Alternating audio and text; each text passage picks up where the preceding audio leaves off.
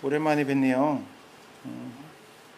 지난 한 달이 되게 이렇게 좀 길었던 것 같습니다. 개인적으로도 되게 길었고, 또 실제로 이렇게 느끼기에도 더위가 심해져서 그랬는지 굉장히 길게 느껴졌던 것 같습니다.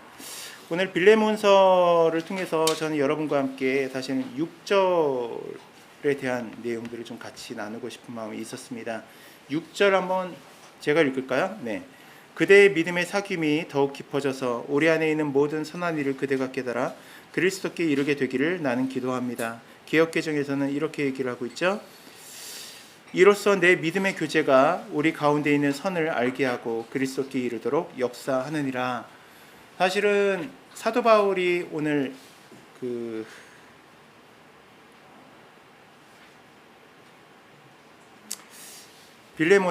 빌레몬서를 통해서 얘기하고자 하는 것이 바로 이 부분인 것이죠.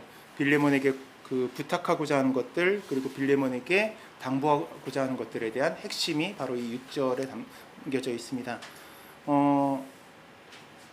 빌레몬은 사실은 골로새 교회를 개척한 개척 멤버이고 골로새 교회의 아주 중요한 지도자 중에 한 명이었습니다. 사실은 돈도 많은 사람이었고 로마 시민권을 가진 사람이었고 지금으로 치면 상류층의 사람이면서 예수를 믿은 사람이었기 때문에 골로새 교회로서나 아니면 바울에게서나 중요한 후원자이고 또 중요한 지도자였던 것이 분명한 것이죠.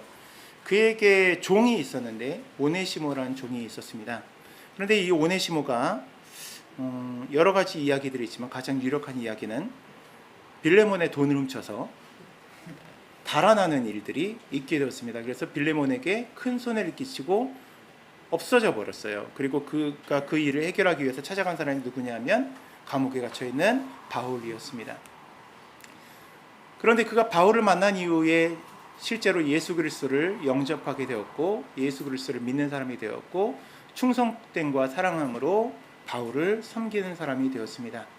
그래서 이제 바울에게는 너무나 사랑하는 오네시모이고 그에게 정말 필요한 사람이지만 해결해야 될 문제가 있었는데 무엇이냐면 빌레몬과 오네시모의 관계를 회복한 일들을 사도 바울이 해야만 되었기 때문에 나간 서신이 빌레몬서였던 것이죠.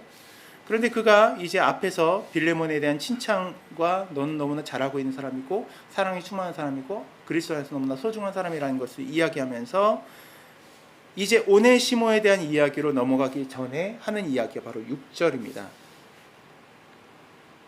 이로써 내 믿음의 교제가 우리 가운데 있는 선을 알게 하고 그리스도께 이르도록 역사하느니라 라는 말로 시작하고 있는 것이죠. 여기서 교제라는 것은 우리가 잘 알고 있는 코이노니아에 대해서 얘기를 하고 있습니다. 코이노니아는 사귐이라는 의미도 있지만 공동체 그리고 또는 동역자에 대한 의미들이 있습니다.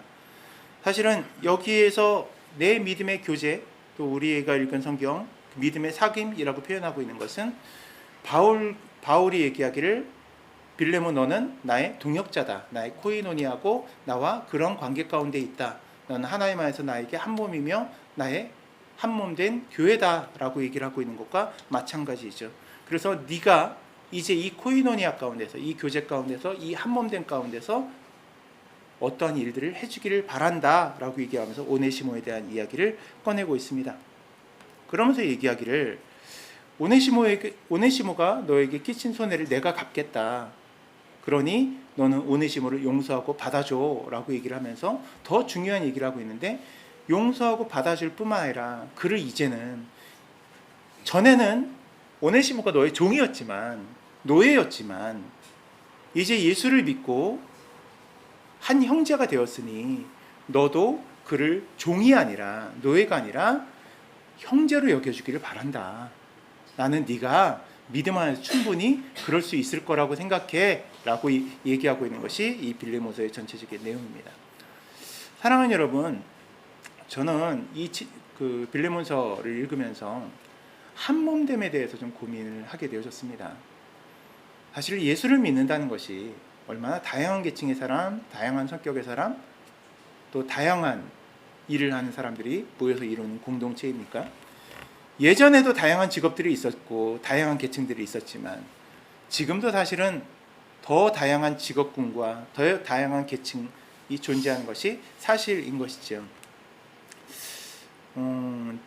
지난달에 그 싱가포르에 계시는 제 친구 목사님과 함께 그 통화를 하면서 그 목사님께서 저에게 이렇게 충고를 해주신 것이 있었습니다. 주님께서 주신 마음이 있어서 얘기를 한다라고 하면서 충고해줬던 것이 무엇이냐면, 핵심은 무엇이냐면 두 발로 땅을 딛고 발걸음을 내디뎌야 한다라는 것이었습니다. 뭐 그 외의 것들은 뭐 이제 다른 뭐 또 개인적인 의견들도 있고, 저는 사실은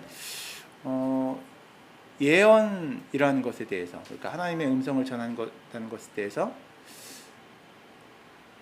100%는 없다라고 생각을 합니다. 어떤 개인이 하나님의 음성을 전할 때에 이 음성이 100%일 수는 없다라고 생각을 합니다. 거기에는 자기의 경험도 들어가는 것이고, 자기의 생각, 자기가 지금까지 쌓아놨던 것들이 포함되어질 수밖에 없죠. 그래서 사실은 하나님과의 관계가 깨끗한 사람일수록, 그러니까 하나님께 더욱더 집중하는 삶을 산 사람일수록, 세상과의 관계, 좀 동떨어져서 하나님과만 집중한 사람일수록 하나님 앞에 더 민감할 수밖에 없고 더 정확하게 들을 수밖에 없는 것은 사실이겠죠. 그래서 사실은 예전에 하나님의 음성을 가장 정확하게 들었던 부류 중에 하나, 그 부류들이 어떤 부류들이냐면 사실 산속에 들어가서 수행하는 수도사들이었습니다. 그 사람들은 하나님과의 관계만 추구한 사람들이기 때문에 정확하게 그 이야기들을 들을 수밖에 없죠. 그럼에도 불구하고 그것이 100%는 아니라고 생각을 합니다. 그래서 저는 제가 하나님의 사람이라고 생각하는 사람 두 사람이 같은 이야기를 한다면, 내 의견과 틀리고 내가 받은 음성과 틀리다 할지라도 그것이 하나님의 음성이구나 라고 생각을 하기로 결정하고 즉각 그것을 시행해야 된다라는 원칙 가운데 삶을 살아왔습니다. 근데 그날 싱가포르 그 목사님께서 그런 이야기를 하시고, 제가 약간 이제 답답한 마음을 가지고 그 권사님을 찾아뵙고 권사님과 이제 처음 얘기를 나눴는데, 권사님께서 이제 뭐 여러 가지 이야기를 했지만 그 이야기를 하시는 거예요. 이렇게 떠 있는 발을 내 땅에 딛고 걸음을 내디뎌라. 그래서 제가 속으로 그 목사님과 똑같은 이야기를 하시네. 그날 제가 너무나 심각한 고민들 가운데 집에 돌아갔어요. 그 전부터 계속해서 몇 달 전부터 하나님께서 네가 할 수 있는 일을 해라, 네가 할 수 있는 일을 해야 되는 때다라고 얘기를 하실 때, 저는 그 일을 항상 사역의 범위 가운데서 생각을 해왔었어요. 그래서 찬양하는 거, 또 교회 사역하는 거, 이런 것들에만 이제 계속. 그러니까 이 목회자라는 것이요, 참 편협한 사고 가운데 살아간 사람들인 것 같아요. 늘 사역만 해오고 늘 자기가 하나님의 일에 관계된 일들만 했다라는 그 자부심이 있다 보니까 자기가 생각하는 요 영역 안에서만 늘 모든 것들을 판단하고 생각하게 되어진 것이죠. 그래서 하나님께서 말씀하실 때도 그 영역 안에서만 이렇게 생각하게 되어지는 것이에요. 그런데 이것이 실제로 내가 이 땅의 일을 감당해야 되는 때가 되었다라는 음성인가 보다라는 생각들을 하게 되어졌고, 제가 돌아가는 길에 여러 가지 생각들을 해보았습니다. 내가 무엇을 할 수 있을까? 가만히 생각을 해보니까 제가 진짜 능력이 없는 사람이더라고요. 뭘 어디를 다녀본 적이 있어야, 경력이 있어야 어디를 취직을 하든지. 그래서 뭐 사실 노동을 하려니 제가 허리가 잘라진 사람이라 무거운 것을 드는 것이 사실은 안 되는 사람 중에 하나이고, 이런 생각을 하다 보니 제가 할 수 있는 게 운전밖에 없더라고요. 그래서 제가 가는 길에 미리 운전에 관계된 일을 하는 친구 목사님에게 전화를 했어요. 그래서 그 친구 목사님에게 나 이 일을 어떻게 하는지 좀 알려줘라. 그렇게 전화를 하고 그날 저녁에 들어가서 저녁을 먹고, 답답한 마음에 그냥 앉아있을 수가 없어서 나와서 최초로 이제 배달 앱을 켜고 배달을 하기 시작했습니다. 그래서 그날이 금요일이었는데 그날 금요일 날 배달하고, 주일에 이제 저녁 4시부터 11시까지 배달을 하고, 처음 했는데도 제가 잘하더라고요. 제가 방위 출신이어가지고 길을 잘 찾았다 보니까 주일에 4시에 나와서 10시 반까지 이제 배달을 하는데 18건 배달을 했어요. 응? 아니, 주일에 했어. 토요일에 했나요? 주일에 했지, 주일에. 네. 토요일에 했든 그건 중요한 건 아니고요, 어쨌든. 네. 그래서 벌어들인 수입을 보니까 뭐 이제 기름값 빼고 거기 수수료 빼고 하니까 한 7만 원 정도가 저에게 남더라고요. 그리고 그 다음 날 이제 이 친구가 저에게 연락을 해왔어요. 그래서 이제 그 회사에 그러니까 이제 대리기사 회사에 그 실장으로 계신 분이 선교회 간사, 북한 선교회 간사를 하시는 분이 거기서 일을 하고 계시다. 그래서 자기도 그 형제에게 소개를 받았고 얘기를 했더니 그래서 가입도 시켜주고 이렇게 하겠다고 하더라. 그때부터 그 형제가 이제 3명만에 이제 단톡방을 만들어가지고 친밀하게 이제 관리를 해주기 시작했어요. 그래서 한 3, 4일간의 이제 그 등록 기간을 마치고 그 사이에 저는 이제 배달을 할 수 있는 대로 하고 근데 진짜 그 형제에게 전화가 와가지고 목사님 내일부터 이제 하셔도 돼요. 내일부터 시작하셔도 됩니다. 라고 얘기를 하는데 그 일이 너무 하기가 싫더라고요. 그래서 제가 화장실에 들어가서 하나님 앞에 울었어요. 하나님, 저 정말 이건 하기 싫습니다. 저 정말 여기까지 나가긴 싫어요.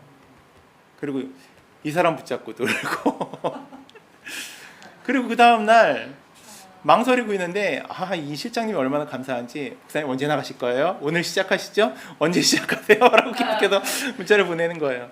그래서 정말 등을 떠밀려 가지고 그날 처음으로 이 대리 기사 일을 시작을 했어요. 근데 막상 시작을 하고 보니까 제가 되게 잘하는 일들 중에 하나더라고요.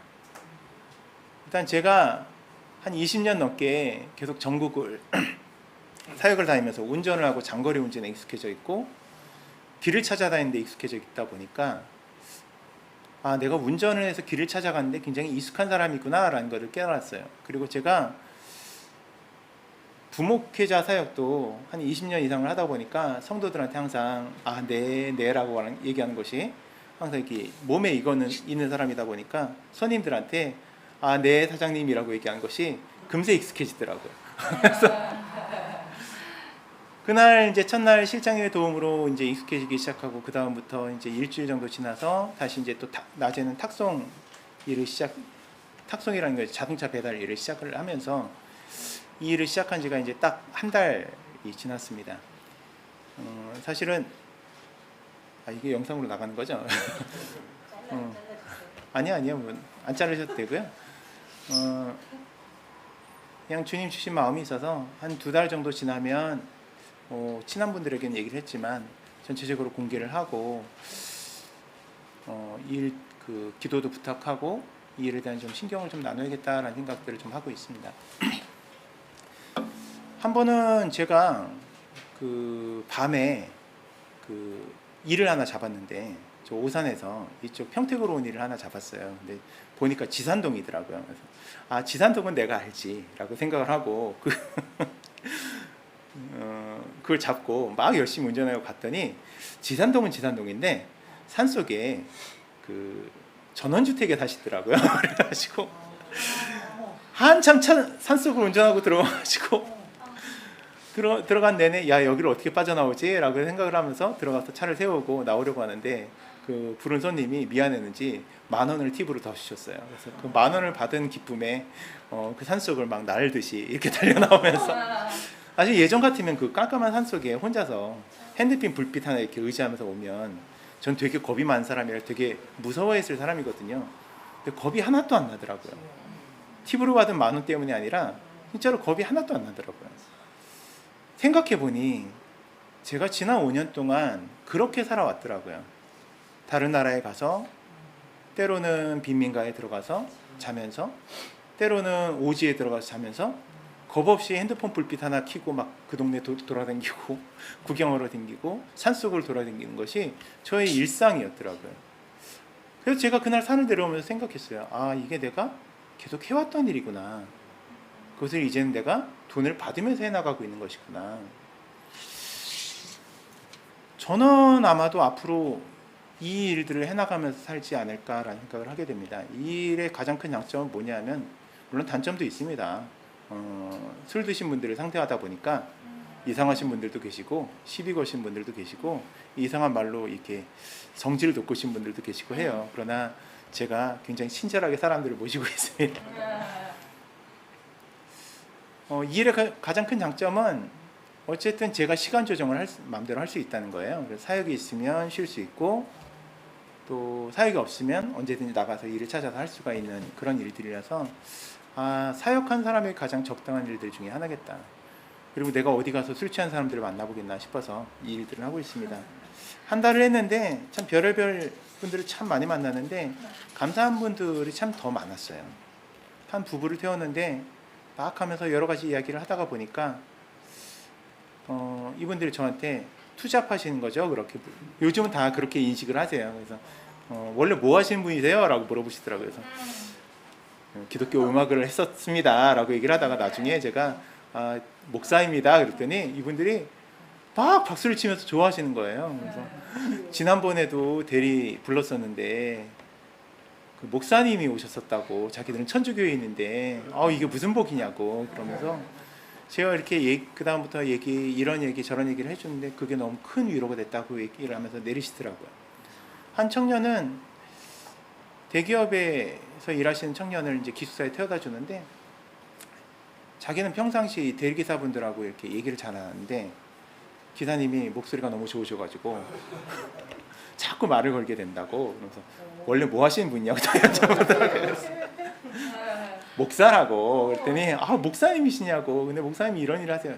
많이들 열심히 하신다고. 그러면서 가는데 쭉 이런저런 이야기를 하고 기독교에 대해 자기 친구가 뭐 기독교인데 이번에 전도사가 됐다는데 이러이러하다. 그래서 글쎄 뭐 좀 그런 경우도 있는데 뭐 이렇게 쭉 설명해 주면서 갔더니 그런 이야기를 하는 거예요. 그 고덕에 산다고 그랬더니 나중에 거기 삼성 이제 다 들어오면 젊은 사람들도 많이 들어오고 그래서 거기서 교회를 하시면 목사님 되게 잘 되실 것 같다고. 그래서 자기가 그쪽으로 옮길 생각인데 혹시 나중에 하시면 저도 한번 가봐야겠다고. 근데 내리더니 거기가 좀 외진데라고 자기 돈으로 택시를 불러주는 거예요. 그래서 택시를 타고 나왔던 적도 있었고, 어떤 분은 실제로 교인들도 있었어요. 그래서 기도해 드린 분도 계시고, 어떤 분은 교인이 아닌데 너무 힘든 내색을 하셔서 제가 목사인데 잠깐 기도해 드려도 되겠냐고 했더니 그러자고 해가지고 기도해 드린 분도 계시고. 이거 참 신기하더라고요. 이렇게 사람들이 화를 돋군 사람도 있고 정말 웃기는 사람들도 있는데 어떤 사람들은 이렇게 나눈 대화에서 그 사람이 이렇게 풀려지는 것들을 많이 느껴요. 보통 회식 끝나고 그 대리 부르시는 분들이 많아서 거의 화가 나신 상태에 타신 분들이 굉장히 많아요. 일단 타면 전혀 모르는 사람인데 그날 같이 있었던 상사 욕을 그렇게 되신 분들이 계세요. 그래서 이렇게 얘기를 들어주고 그렇죠, 그렇습니다, 너무 힘드시죠, 막 이렇게 얘기를 한참 하고 가다 보면 그분이 막 또 풀려가지고 나중에 기사님하고 얘기하면서 자기가 마음이 다 풀렸다고 이렇게 얘기하시는 분들도 계시고요. 참 이게 은혜구나라는 생각들을 하게 되어집니다. 사실 지금도 이제 저희 부모님한테도 말씀을 드리고 양가 부모님한테도 말씀을 드리고 물론 마음 아파하시죠. 그리고 여러분들한테 얘기를 하면 처음에 좀 깜짝 놀라신 분들이 계세요. 이 대리기사를 하고 이런 것들에 대해서 아직도 이제 좀 인식을 그렇게 하신 분들이 계세요. 그래서 그런 생각들을 해보는 것입니다. 제가 태웠던 분 중에는 대기업 자기 임원이라고 얘기하신 분도 계시고 실제로 그 회사 법인카드로 결제를 하신 분도 계시고, 그런데 임원이신데 카드가 안 된다 그래서 제 카드로 그 주차비 5,600원을 결제해 줬는데 아직도 안 주시는 분도 계시고 근데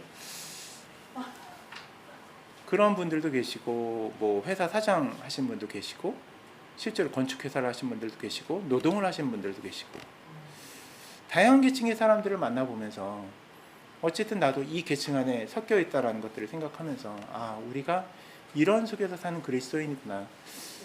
제가 지난 한 달 동안 제일 눈물이 났던 게 뭐냐면 돈 버는 게 이렇게 힘든 거구나. 저는 돈을 제 손으로 벌어본 게 처음이었던 거예요. 그리고 어디 교회 가지고 사례비 10만 원 준다고 짜증을 냈던 게 너무 부끄러운 거예요. 그때 주셨던 10만 원, 20만 원 이렇게 귀한 돈이었구나 라는 것들을 좀 깨달았고, 탁송을 시작하고 첫날 이쪽에서 저 대전 밑으로 내려가는 걸 하나 잡았어요. 그래서 그걸 잡고 내려갔더니 거기에서 또 의왕으로 가는 일이 또 걸려가지고 너무 신나가지고 그 1톤 트럭을 몰고 우왕까지 갔어요. 오늘 첫날인데 정말 일이 너무 잘 된다.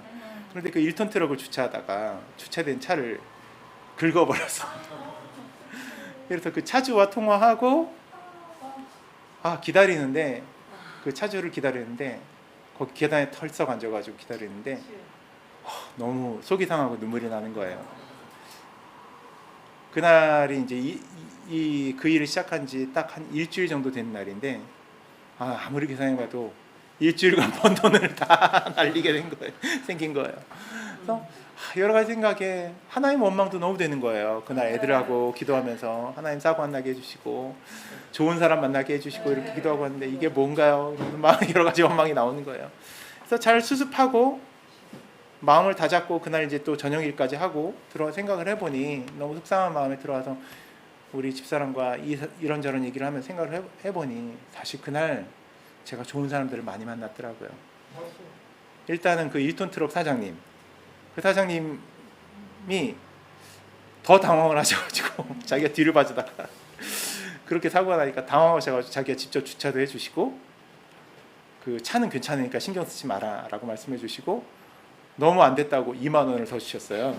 그래서 그리고 또 왔던 그 사고 난 차주분도 제가 이런 일을 하는데 좀 다른 데는 하지 마시고 이렇게 했더니 그대로 또 해주셔가지고 아주 기본적인 것들만 이제 고치시고 모든 것들이 해결이 났어요.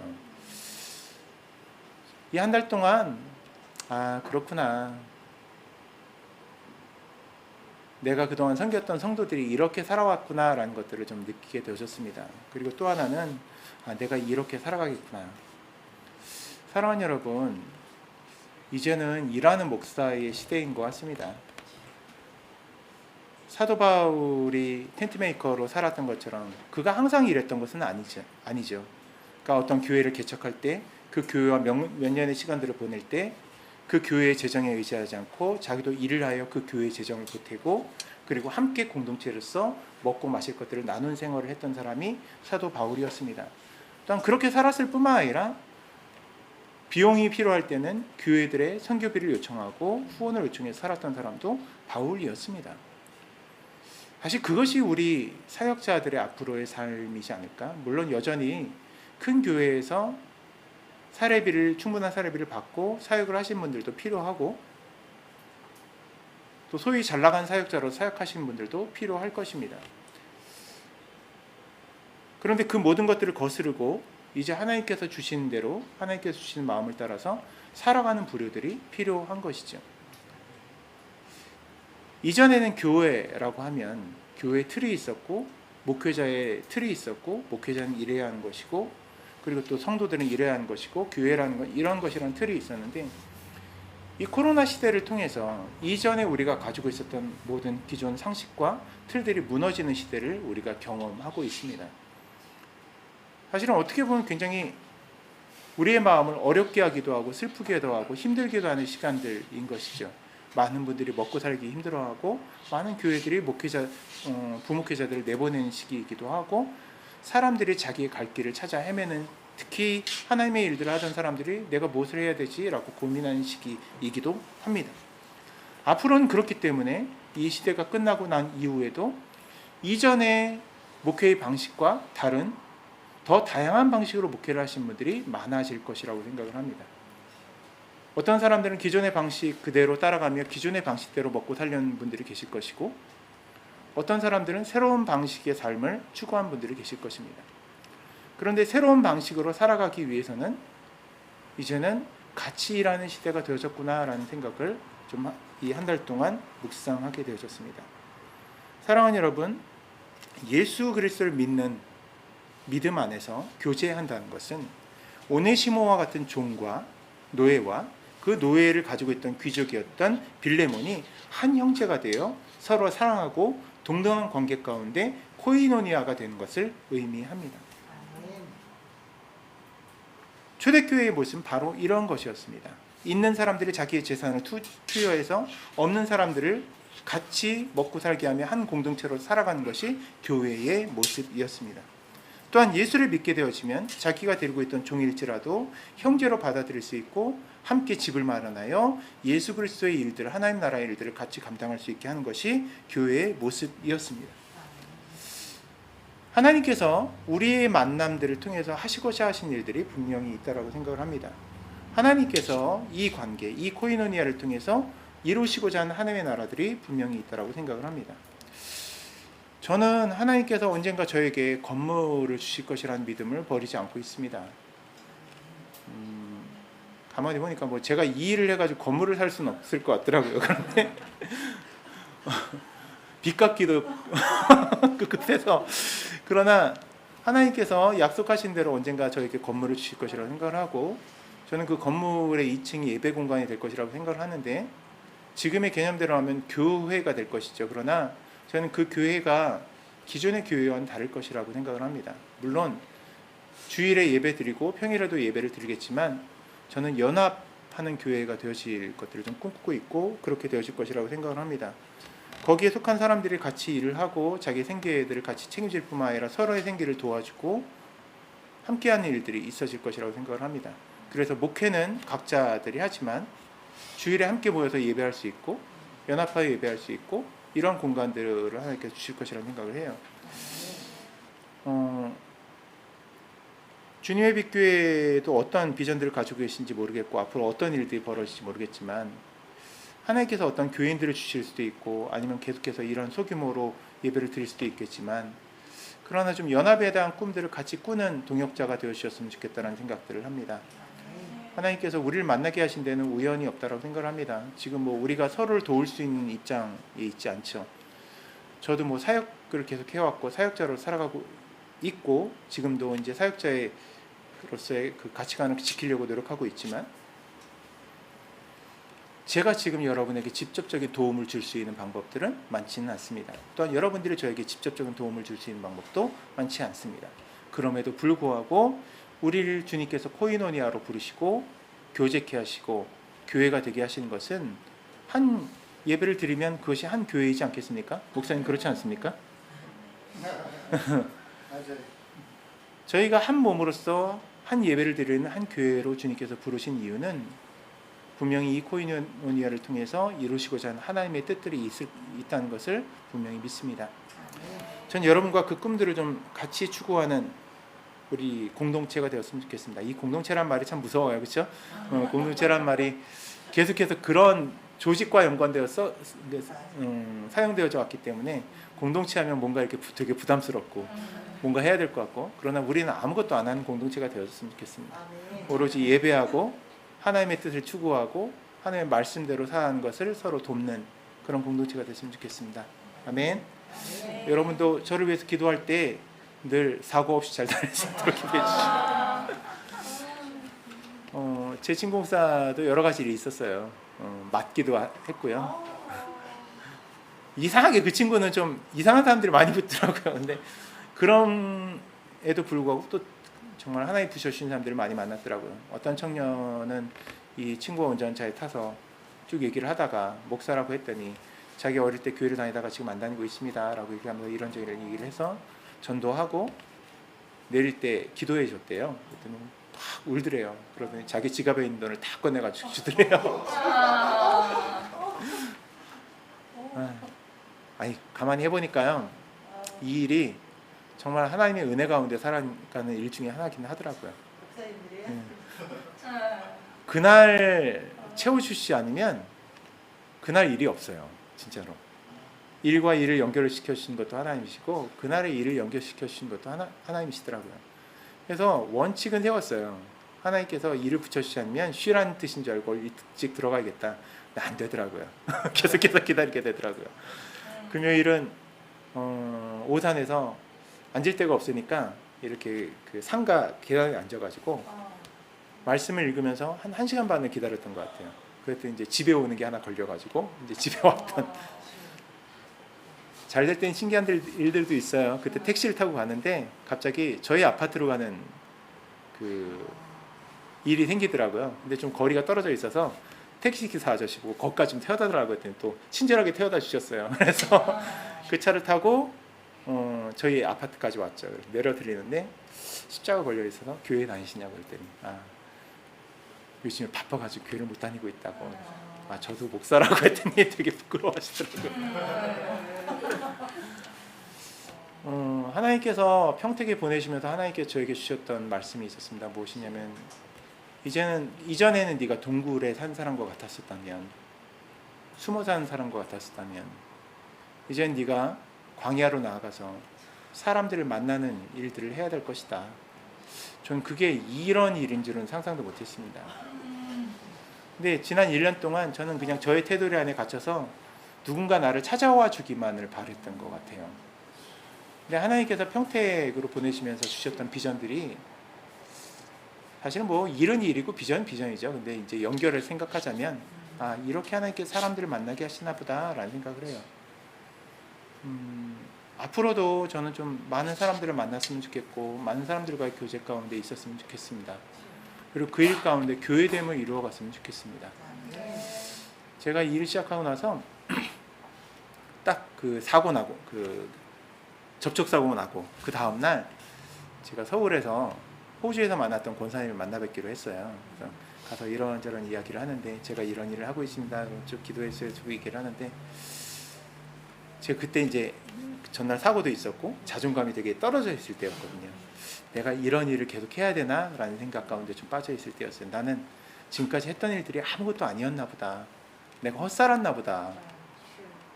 내가 지금까지 해왔던 사역 그냥 내 못에 겨워서 해왔었나 보다 생각을 하고 있었어요. 근데 권사님께서 갑자기 그런 이야기를 하시는 거예요.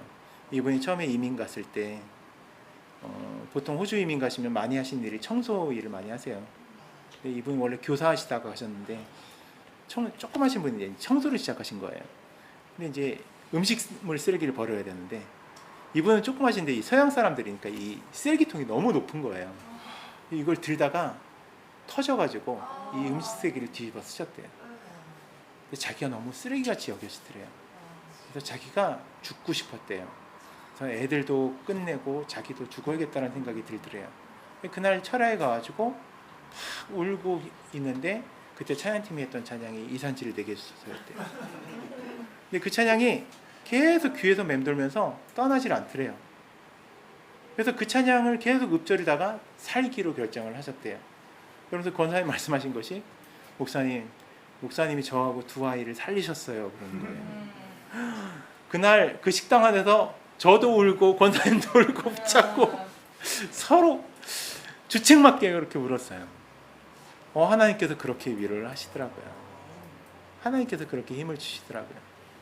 사랑하는 여러분, 우리는 혼자가 아니더라고요.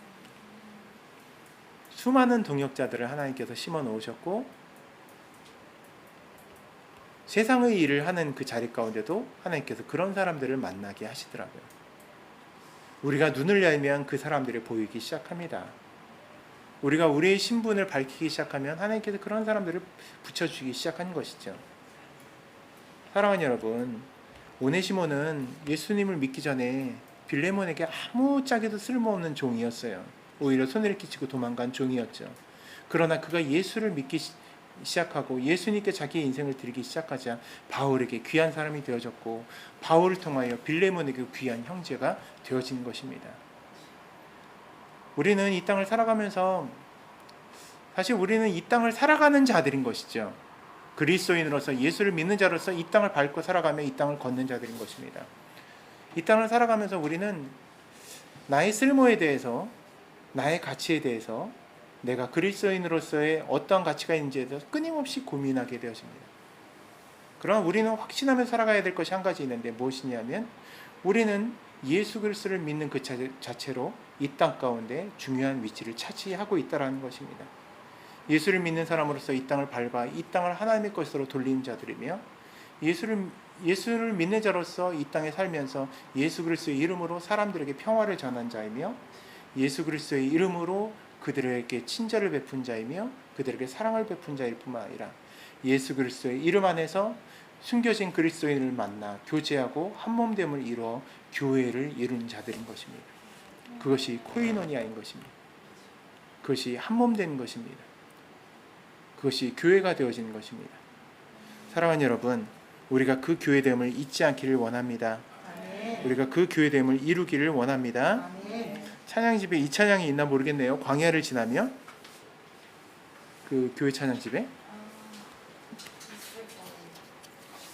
이 찬양을 좀 하고 기도하고 마쳤으면 좋겠는데요.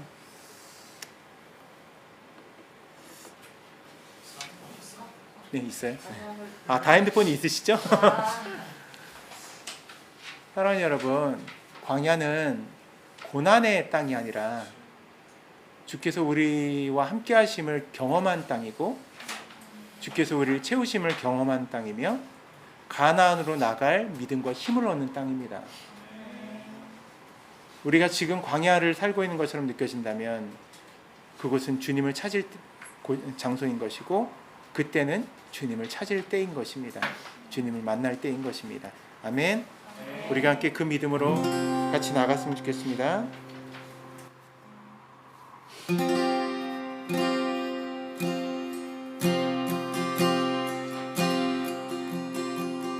왜 나를 깊은 어둠 속에 홀로 두시는지, 어두운 밤 왜 그리 길었는지,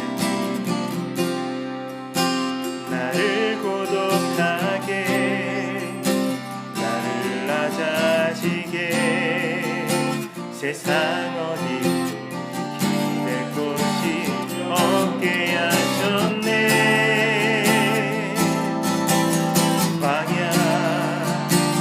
광야에 서 있네.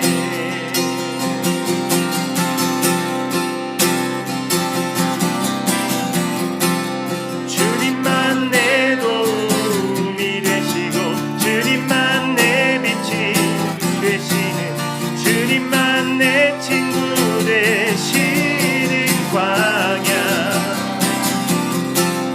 주님 손 놓고는 단 하루도 살 수 없는 곳,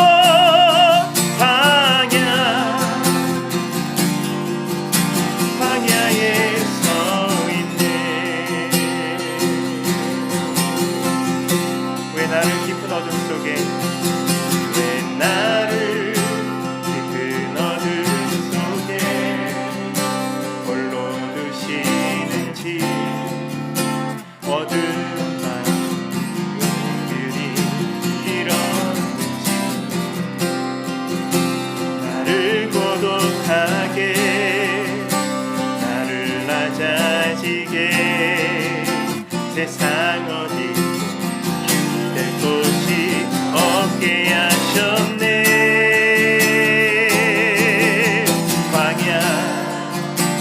광야에 서 있네.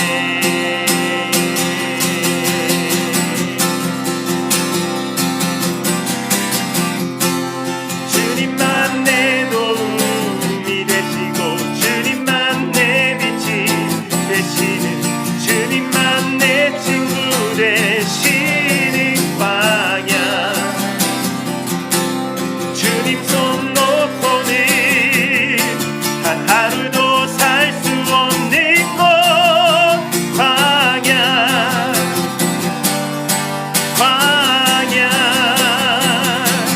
주께서 나를 사용하시려, 나를 더 정결케 하시려, 나를 택하여 보내신 그곳 광야. 성령이 내 영을 다시 태어나게 하는 곳,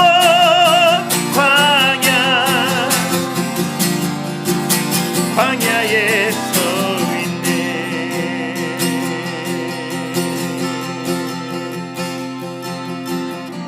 내 차가 산산이 깨지고 높아지려 했던 내 꿈도 주님 앞에 내어놓고,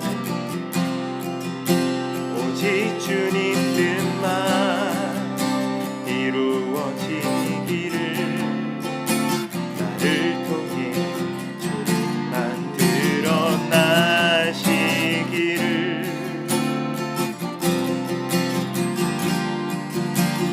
광야를 지나며. 이 시간에 우리 함께 기도하십시다. 지금의 이 시간 우리가 있는 장소, 우리가 일하는 그 장소가 주님을 만나고 경험하는 장소와 때가 되게 해달라고 이 시간에 우리 함께 기도할게요.